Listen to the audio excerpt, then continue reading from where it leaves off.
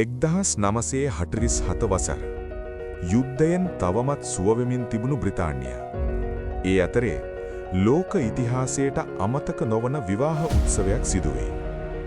මේ තමයි දෙවන එලිසබෙත් රෙජිනා, එවකට එලිසබෙත් කුමරිය, පිලිප් කුමරු සමග විවාහ වූ දවසට විශේෂයෙන් නිර්මාණය කළ මංගල කේක් එක. මේ කේක් එක සාමාන්‍ය කේක් එකක් නෙවෙයි.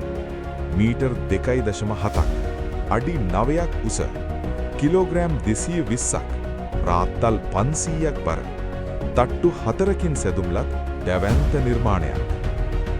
එදා බ්‍රිතාන්‍යයේ තිබුණේ දෙවන ලෝක යුද්ධයෙන් පසු ආහාර සලාක ක්‍රමය. සීනි, බටර්, පළතුරු සියල්ල සීමිතයි.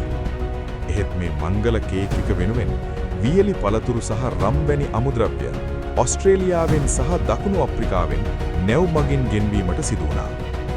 ඒ නිසාම මේ කේක් එකට ලැබුණා අද්විතීය නාමයක්. සැතපුම් 10000 කේක් එක යන විරුදාවලිය. එය කේක් එකක් විතරක් නෙවෙයි. යුද්ධයෙන් පසු බලාපොරොත්තුව, නව ආරම්භයක් සහ ජාතියක් එක් කරපු සැමරුම් සංකේතයක්.